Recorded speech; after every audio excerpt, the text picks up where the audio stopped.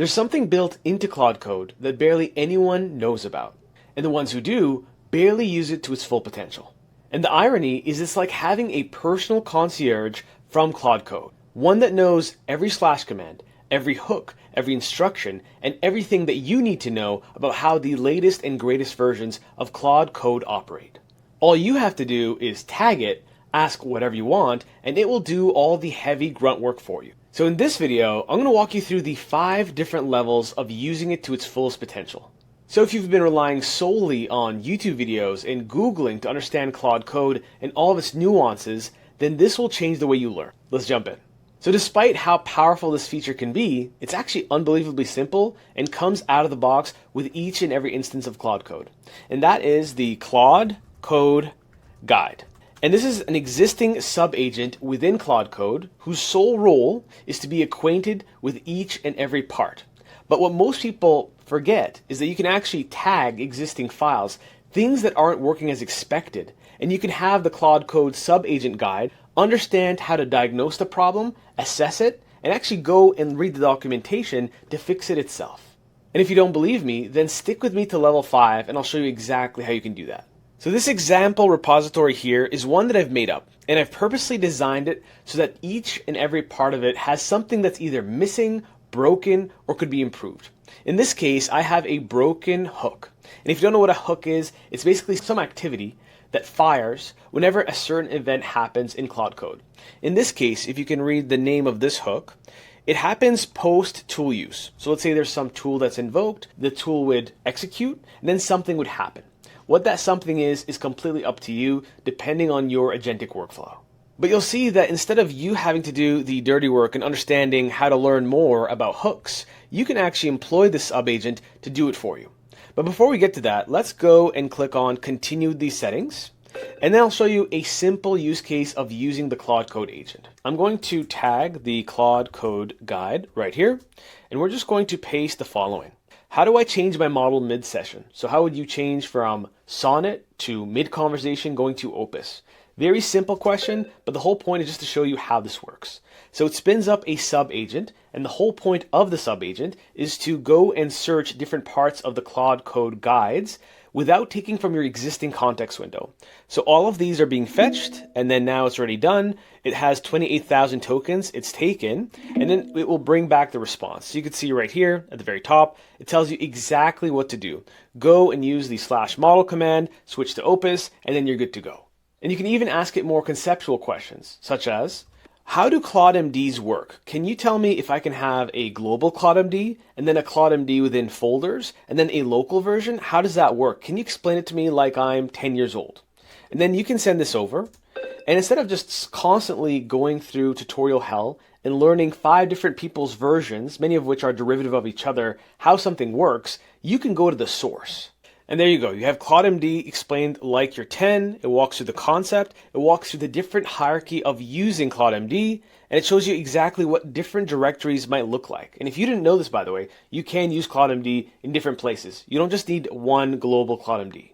And then it goes so deep that it can give you modular rules. So it can give you more tips and tricks that only someone whose sole role is to be an expert in the latest and greatest version would know. So if you ever want to get unstuck, then this level alone is sufficient for you. Now for level 2, we'll keep pulling on that CLAUDE.md thread. We will tag the agent again, right here, Claude Code agent. But this time we'll do something a little bit different. We will say, look at our, and then we'll tag our CLAUDE.md right here. So now we're tagging our actual CLAUDE.md in our local folder. And beyond that, we'll just paste the rest of the prompt here, which says, I keep having to repeat myself to Claude about how I want my code formatted and where to save things. Why isn't my CLAUDE.md helping me? What's missing? So now you can ask the great Claude Code guru to read your CLAUDE.md, and now that you and I both know it's an expert at the different ways to use it, it can diagnose it for you. And then after a few minutes, we get this, where it diagnoses that it's basically a README file, but there are no core instructions about how, look at the italics right here, how you want things done. So then it breaks down the problem. It tells us exactly what's missing from the CLAUDE.md. In this case, I have lack of instructions on code formatting. We also don't have anything on file organization rules, patterns, anti-patterns. It gives you examples on exactly what your CLAUDE.md should look like, what to do and what not to do, which if you remember prompt engineering, the good old days, we used to do negative prompting and positive prompting.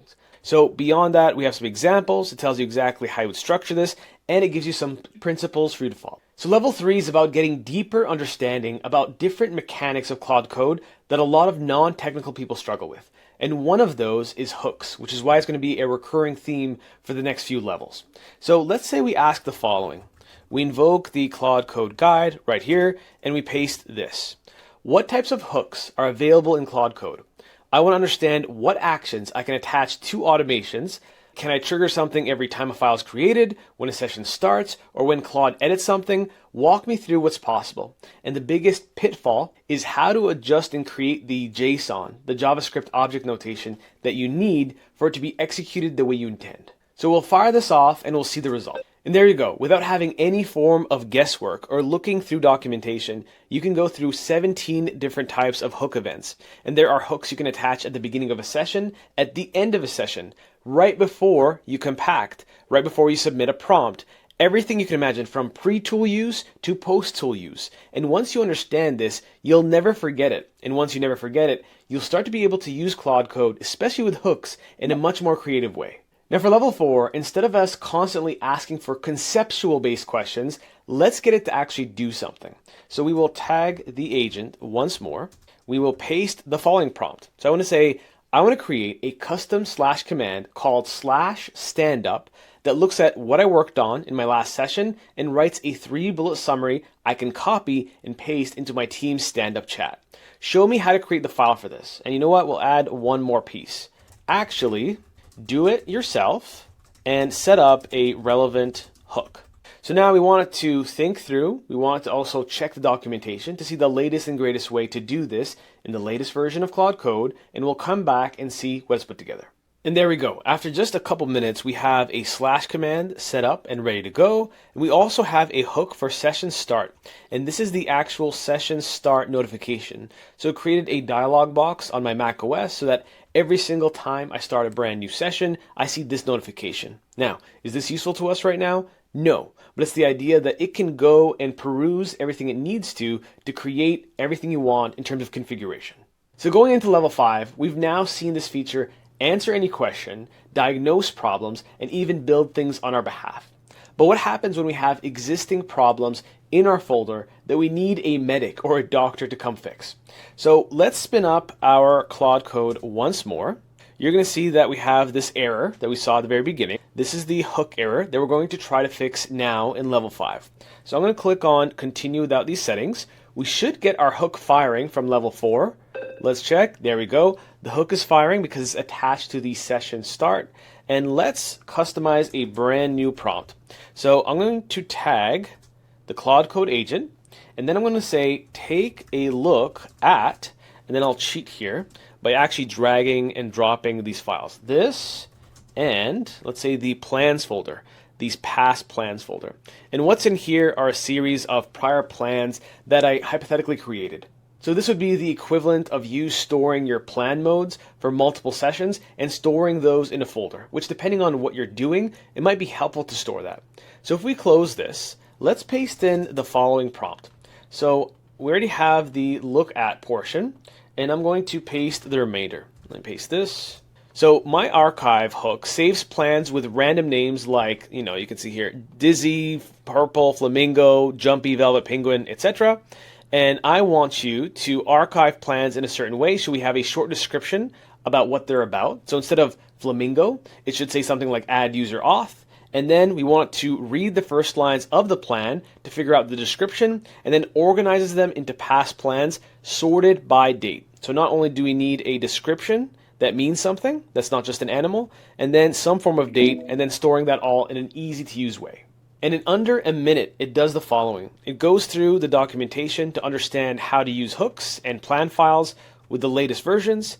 Then it diagnoses the problems. So it diagnoses that the hook is missing some wrapper or some command. And then here is the plan to adjust it and how to fix the settings.json file. Then it goes through, writes what it needs to write, fix whatever it needs to fix right here with this missing path. and then it tells you that it renames all the files from names of animals to something actually more meaningful. And then it all finishes all of this. And how we know this actually takes effect is if we open a brand new terminal and do my command for DSP, there is only a hook firing. There are no more problems with the hook itself. So this can not only diagnose, build, but do all of this in real time while answering your questions. And that's pretty much it. So sometimes the most simple solutions are the most powerful when you use them properly. So hopefully you learned how to use this to not only get unstuck, but tag different files in your existing folders that you can amend, resolve, and improve to get the experience you've always wanted. Now, if you want to snag the prompts that I showed you in this video, just in case to give you a full blueprint on how to implement this, I'll make them available to you in the second link in the description below. And if you want to go much deeper into Claude Code and be in a whole ecosystem of people all learning how to master Claude Cowork and Claude Code, then you want to check out the first link in the description below for my early AI adopters community. And for the rest of you, if this was a short, sweet, and concise way to level up your Claude Code game, I'd beyond appreciate a like and a sub on the channel. Helps the channel and helps me know that you like my stuff. I'll see you in the next one.